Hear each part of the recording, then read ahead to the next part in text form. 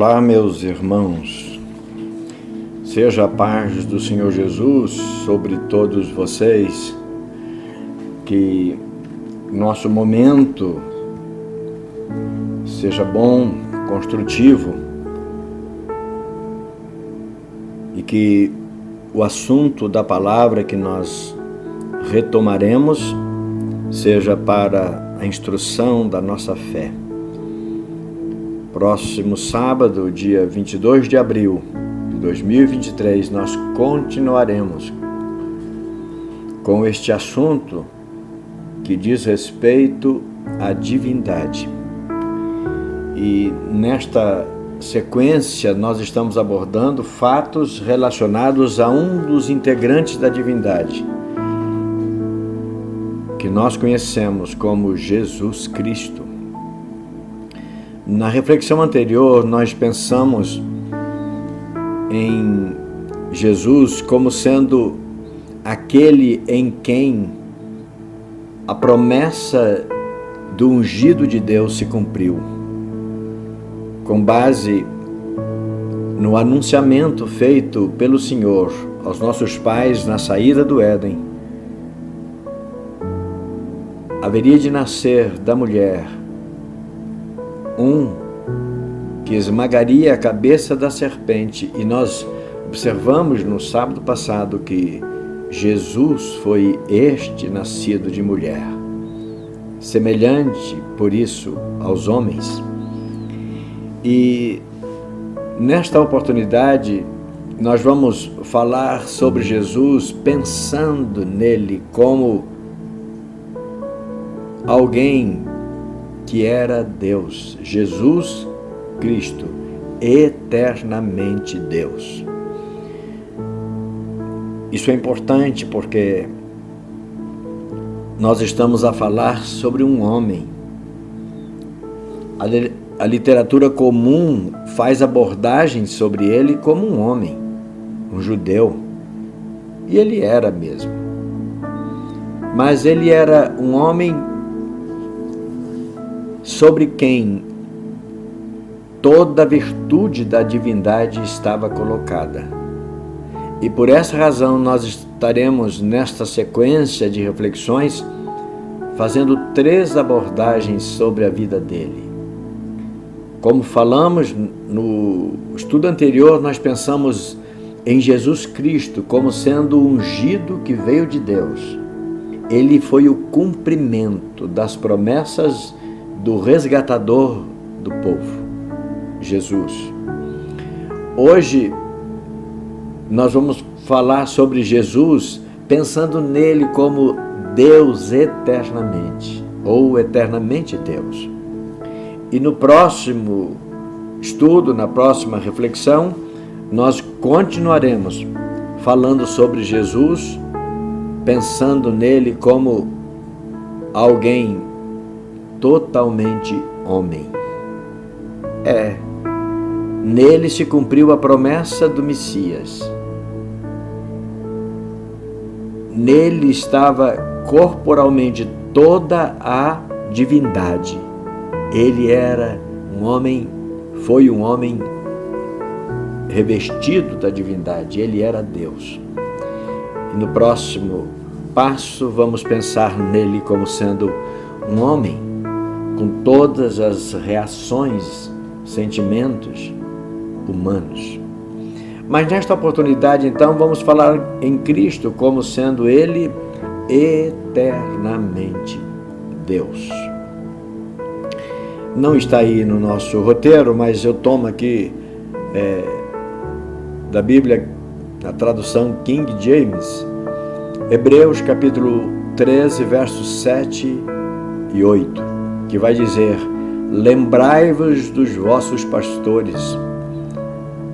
Mais pontualmente ele diz: lembrai-vos dos vossos líderes, que vos ensinaram a palavra de Deus, observando-lhes atentamente o resultado da vida que tiveram, imitai-lhes a fé. E depois o verso 8: Jesus Cristo é o mesmo ontem, hoje e eternamente. O que é que essa referência bíblica está a dizer? ele está a dizer que nós devemos observar aqueles que viveram como líderes antes de nós, que lideraram os nossos pais. E devemos observar o fim que eles tiveram.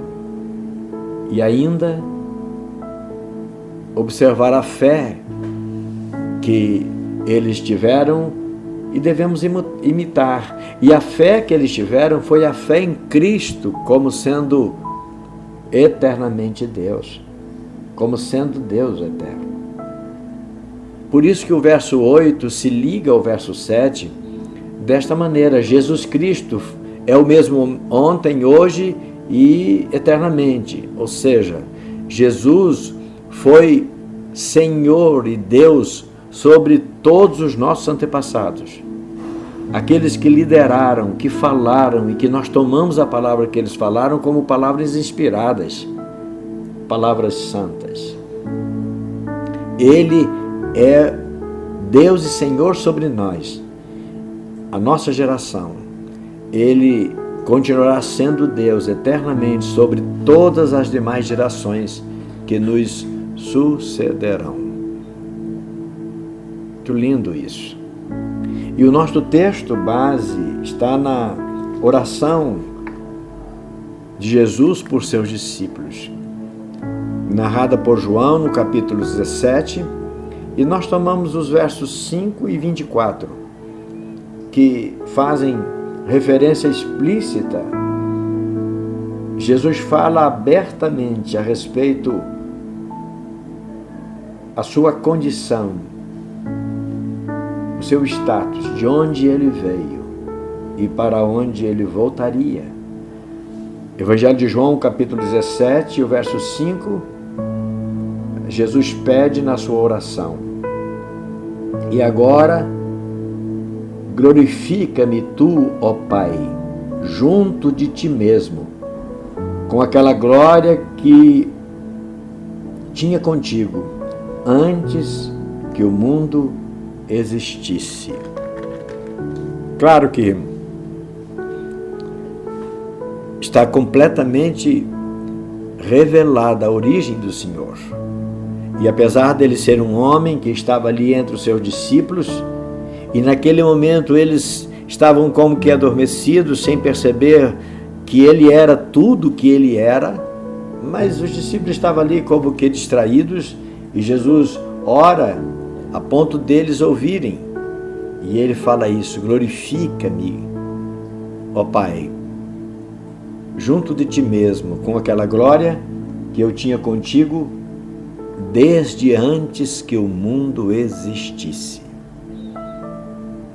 Olha só, e no verso 24 do mesmo capítulo 17 do Evangelho de João vai dizer: Pai, Jesus falando, aqueles que me deste, quero que, onde eu estiver, também eles estejam comigo, para que vejam a minha glória que me deste, porque tu me has amado antes da criação do mundo.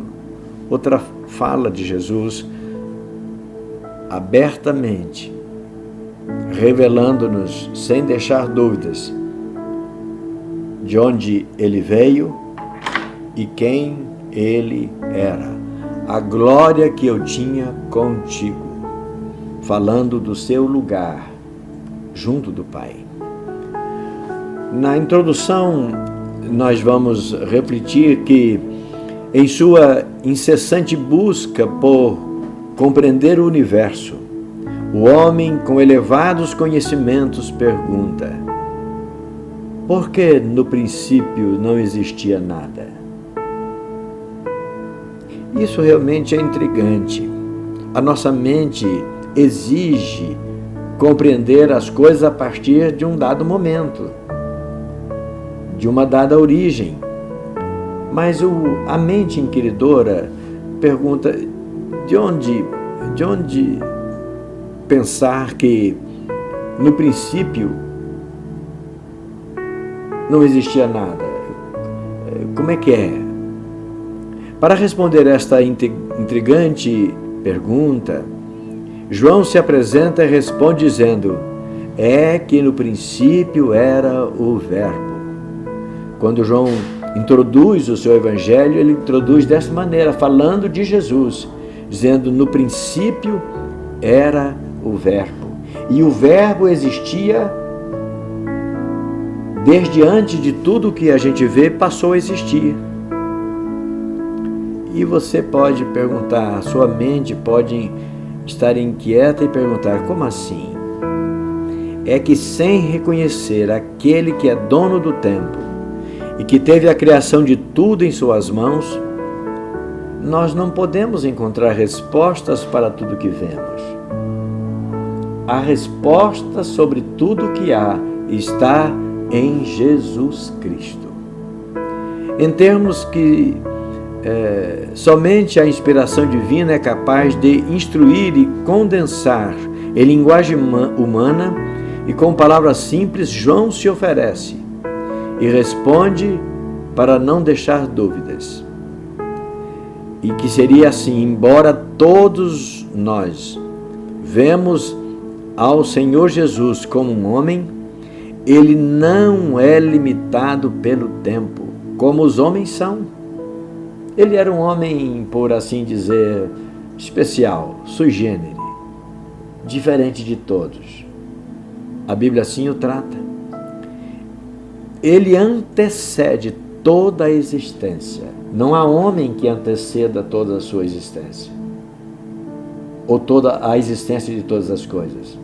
Nós temos uma data de nascimento, e antes do nosso nascimento, e até alguns anos, algum tempo depois que nós crescemos, nós não conhecemos, não lembramos de nada, nós não estávamos lá.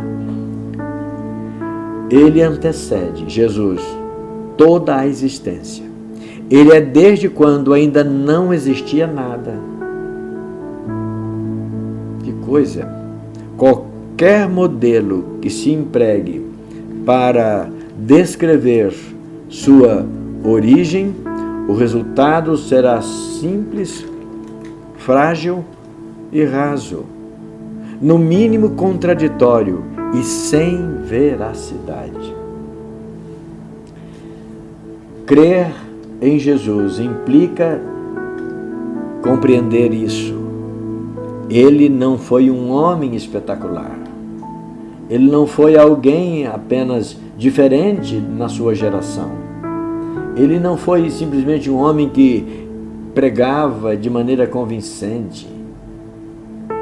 Ele não era apenas um embusteiro, um fazedor de milagres. Ele era Deus. Olha só. E nós estamos a falar sobre isso desde o início dessa sequência. Quem é Deus? Jesus é Deus. Aceitar Jesus como Deus é ter a nossa mente acalmada e a gente entender: agora eu sei quem é Deus. Um discípulo do Senhor Jesus, por nome Filipe, em uma certa ocasião, atreveu a perguntar. Eu digo atreveu porque ele já estava há muito tempo ouvindo o suficiente para entender. E ele pergunta: Senhor Jesus, queremos conhecer o teu Pai. E Jesus lhe responde: eu estou há tanto tempo contigo, com vocês, e você me pergunta isso? Pois é. Jesus nos revela a divindade. Se nós quisermos saber quem é Deus, basta que nós olhemos para Jesus, para compreender a capacidade que Ele tem, que só Deus poderia ter. E nessa inquietante busca do homem em relação a Deus, nós separamos aí 1 Coríntios capítulo 1, versos 18 a 21. E Paulo escreve assim, e ele está falando exatamente da palavra que fala sobre Jesus, disso que nós estamos falando. E o que nós estamos falando, ele usa aqui uma metáfora, quando ele diz assim: a palavra da cruz. Na verdade, é uma metonímia. Ele usa a cruz pelo que foi crucificado.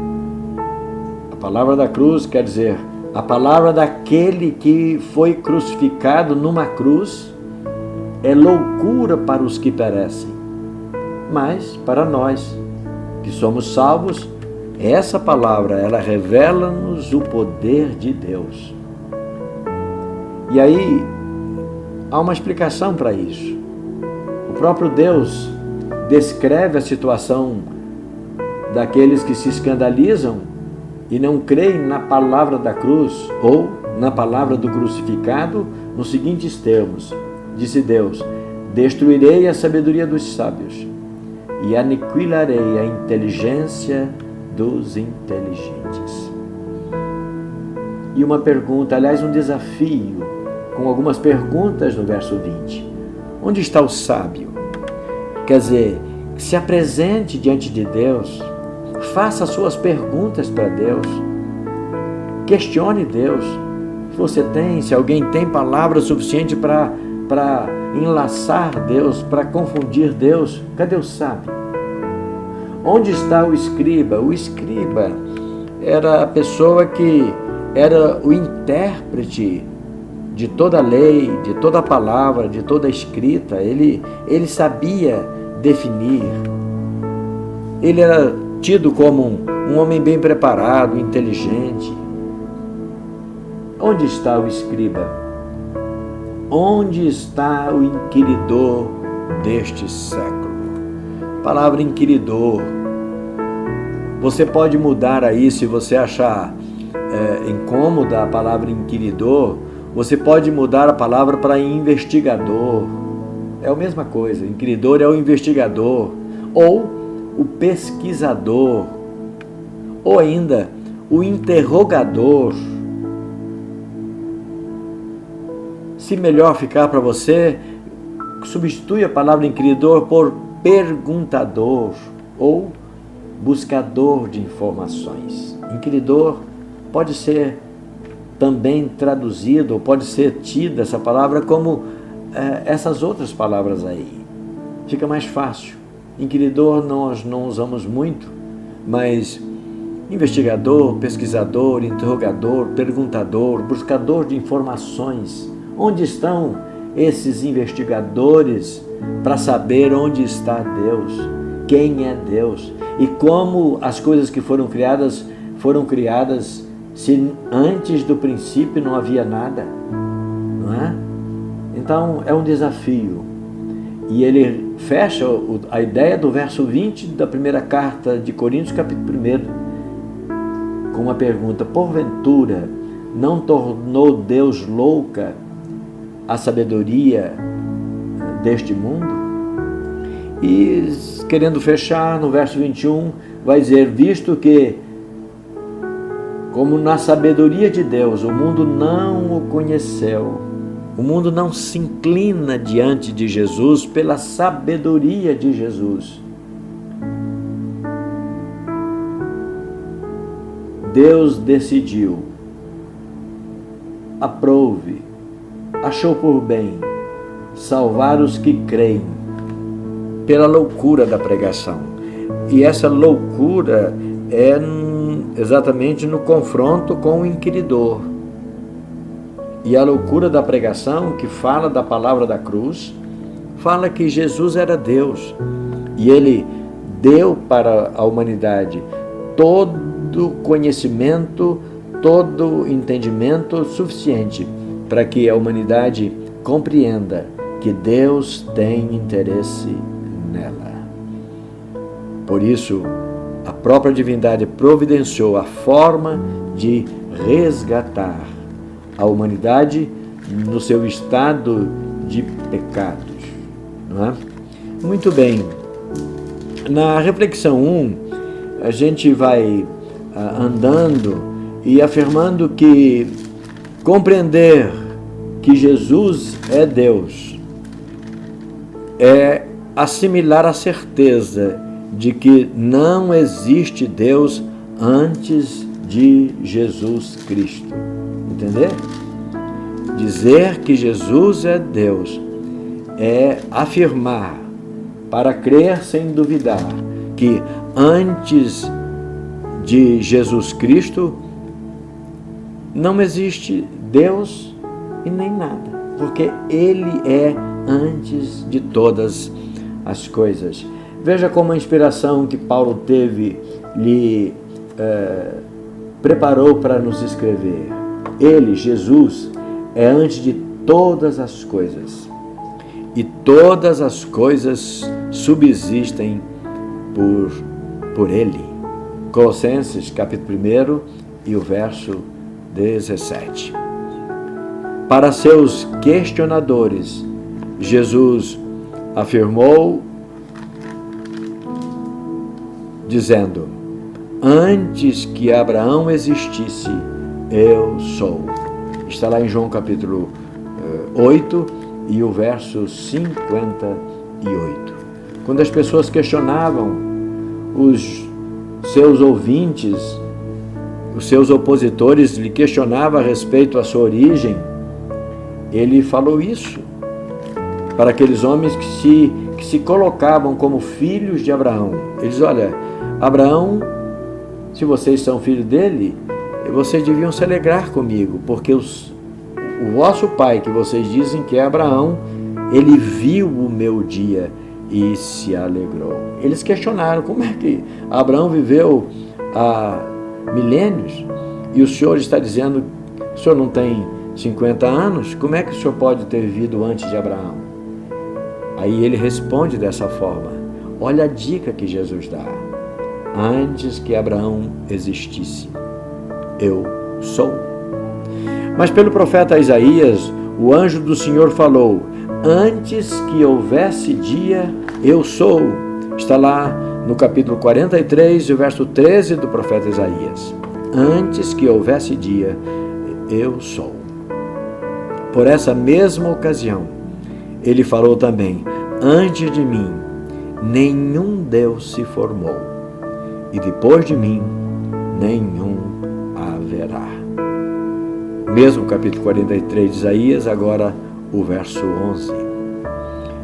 Olha só, quem poderia afirmar essas coisas sem nunca alguém tê-lo contraditado, senão aquele que é antes de todas as coisas existirem e que nada se formou, nem se modificou depois dele?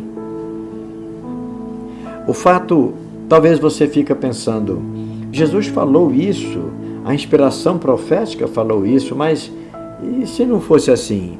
Não, é fácil da gente buscar conferência, porque tudo que a palavra de Deus tem falado tem se mantido. Deus criou, ordenou que permanecesse e assim foi.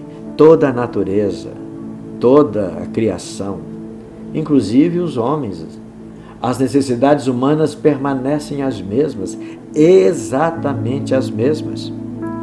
Toda a criação viva, ela se reproduz da mesma maneira. Toda a vegetação, ela se reproduz da mesma maneira. Não acaba uma árvore frutífera, não desaparece com a morte de uma árvore, mas ela se perpetua através de outras árvores. E assim somos nós, os seres vivos. Quem poderia afirmar essas coisas sem nunca alguém tê-lo contraditado, e senão aquele que é antes de todas as coisas existirem e que nada se formou nem se modificou diante dele? A gente reitera essa pergunta. Veja só, ele é Deus, ele era Deus, e tudo quanto ele vai falar que foi feito, ninguém tem condições nem argumento para contradizê-lo. Ele não deve nada a ninguém, nem explicações, porque nunca ninguém lhe deu nada. Jó fala isso, capítulo 41 e o verso 11. Quem antes lhe deu alguma coisa para que ele pudesse recompensar? Ele nunca recebeu nada de nenhuma criatura, de nenhum ser vivente.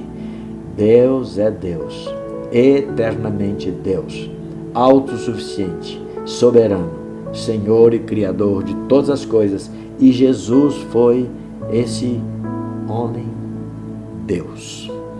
Na sequência 1, a gente vai dizer que Jesus é Deus e sobre isso não devemos ter dificuldade de entendimento.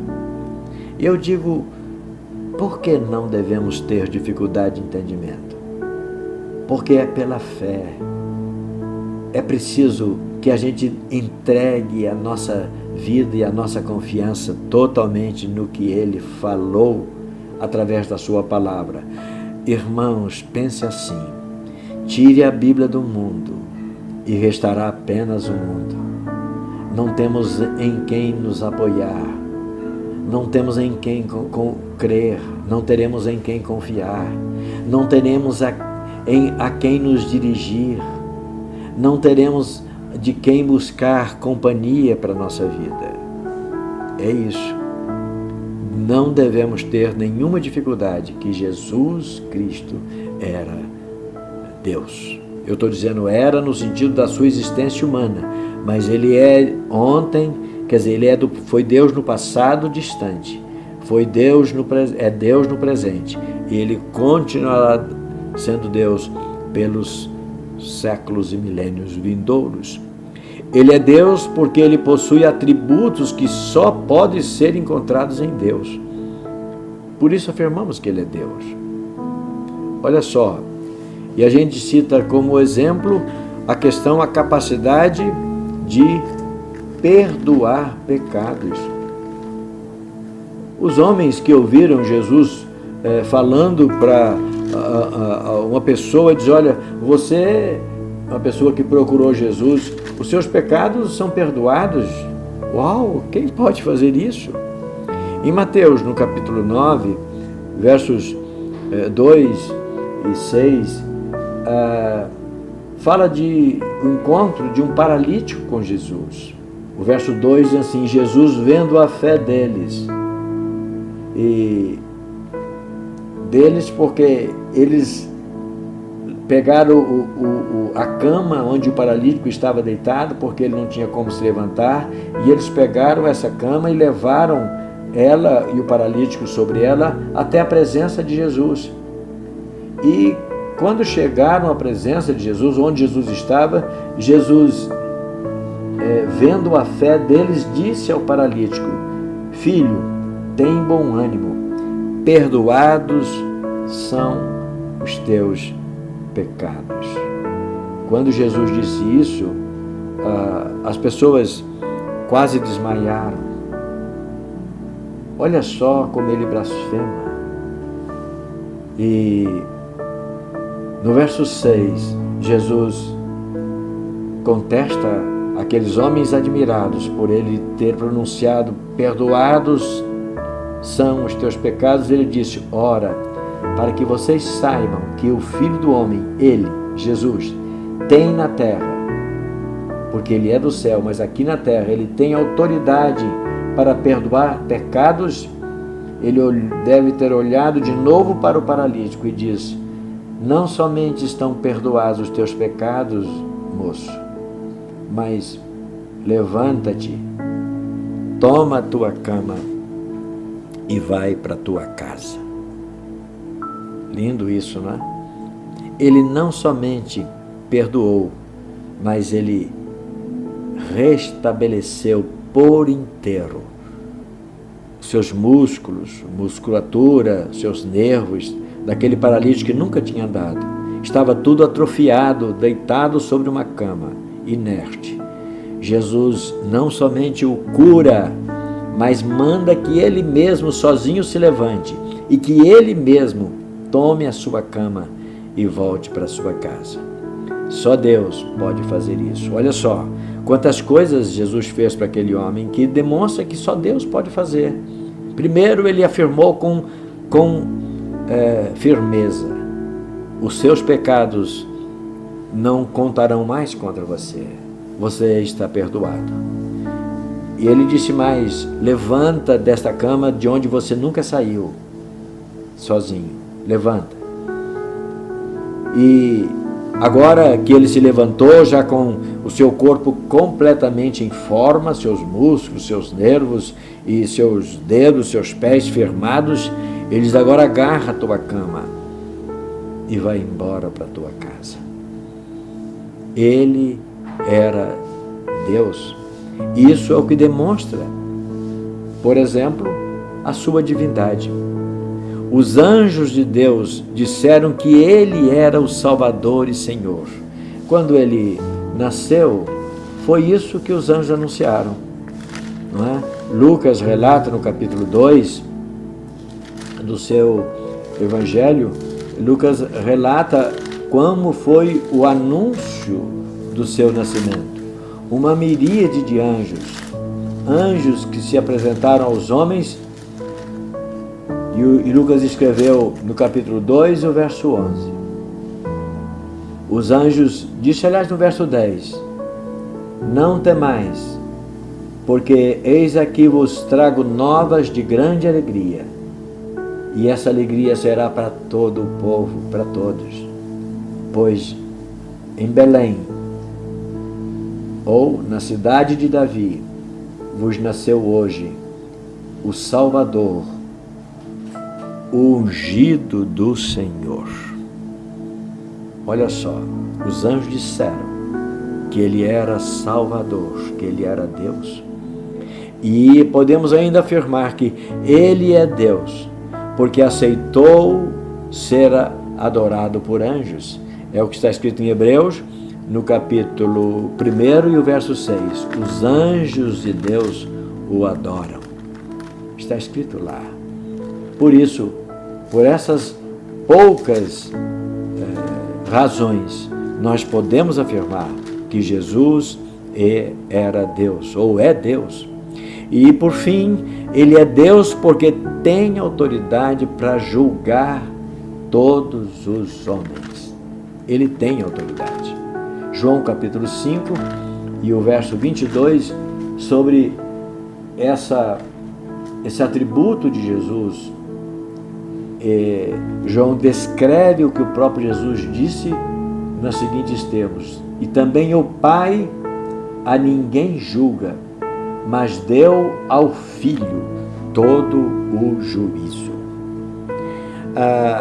Para a gente pensar, num outro momento Jesus disse: olha, eu não julgo a ninguém. Ele, como homem, ele não veio fazer juízo entre os homens. Ele diz: mas tem quem julga.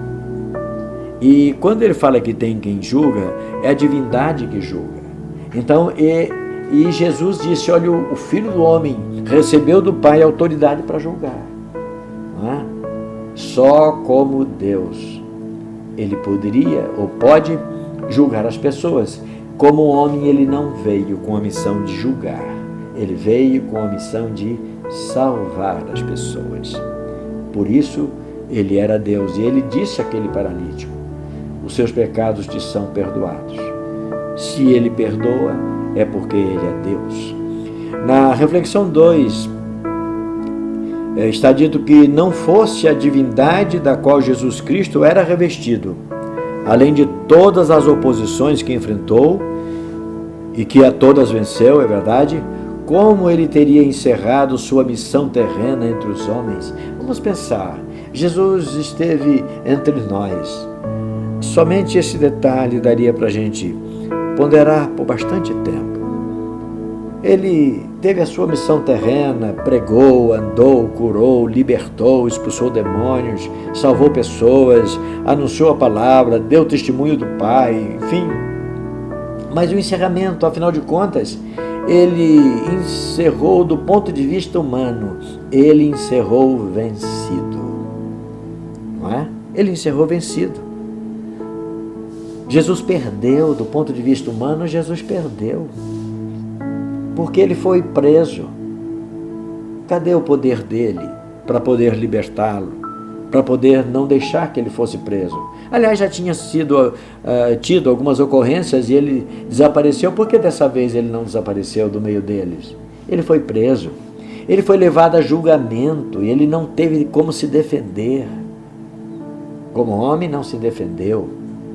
Depois, ele foi julgado, condenado. E como condenado, ele foi levado à morte e executado. E morreu. Portanto, como homem, Jesus perdeu. Ele havia encerrado a sua missão num túmulo. Sabe aquela história de um grande herói, mas que jaz aqui para sempre, o grande herói. No túmulo de Jesus não foi escrito assim. Não teria sido, se alguém quisesse, não teria escrito assim.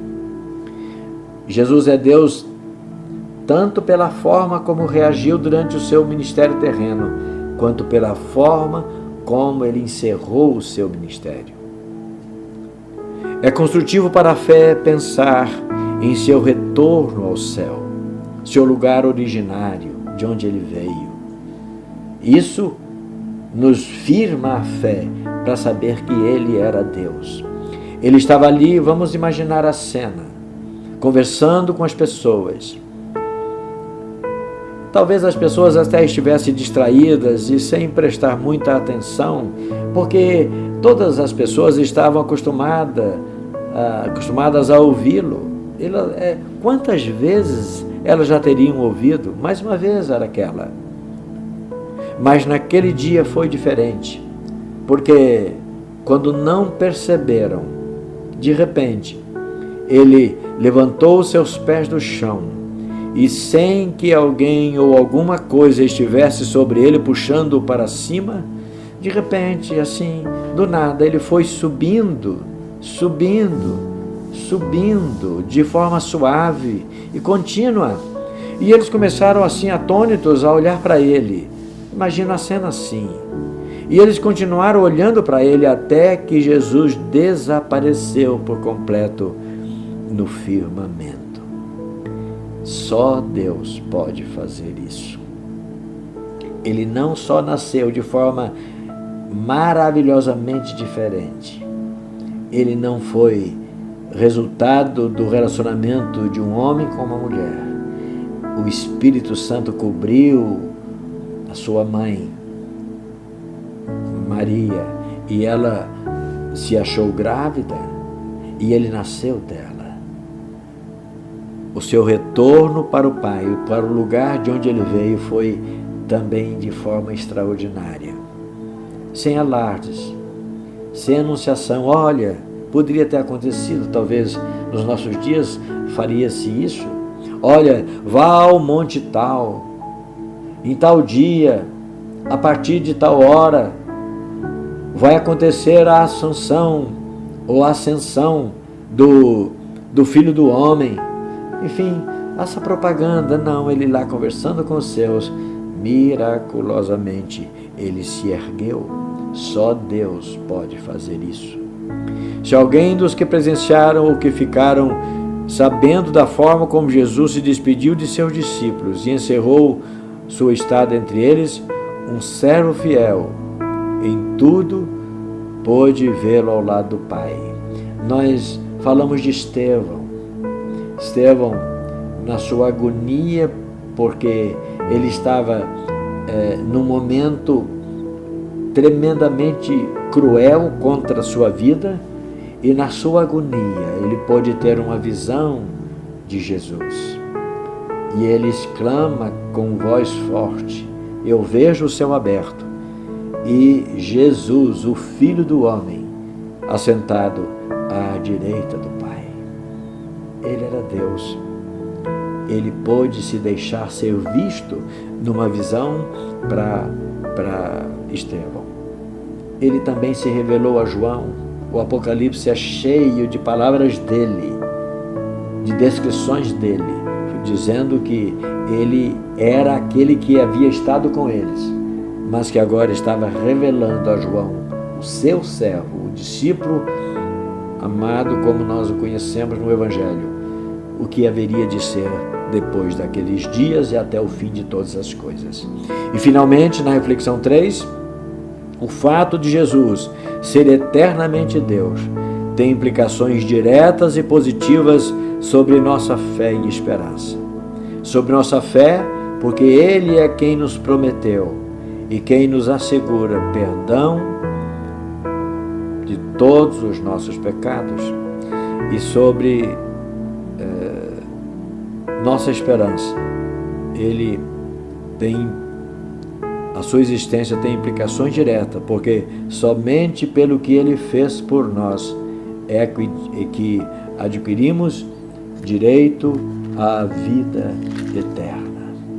João, quando escreve nas suas cartas, na primeira delas, no capítulo 5, versos 11 e 12, João disse: "E o testemunho de Jesus é este, que Deus nos enviou a vida eterna, e esta vida está em seu Filho.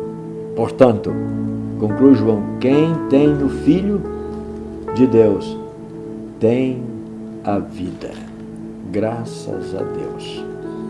E ainda, terminando aqui como abrimos, pensando em palavras do próprio Jesus, na sua oração pelos discípulos, por todos nós, no capítulo 17 do Evangelho escrito pelo discípulo João, no verso 23, Jesus diz: "Olha, ele dizendo ao Pai: Pai, eu e eles estamos juntos aqui, mas nós vamos permanecer juntos. Eu neles e tu em mim, para que eles sejam perfeitos em unidade, e para que o mundo conheça que tu me enviaste a mim, e que os tens amado a eles, como também me tens amado a mim mesmo." Graças a Deus, Jesus Cristo, eternamente Deus. Que Ele, por sua graça e bondade, nos faça ter a mente aberta para compreender que, apesar dele ser um homem aparentemente comum na Judéia, na Galileia, ele era Deus entre a sua geração. Ele é Deus conosco, eternamente Deus. Ele é o mesmo Deus que esteve com os nossos antepassados. Ele está conosco, e Ele vai permanecer com todos aqueles que o temem. Ele nos abençoe. Amém.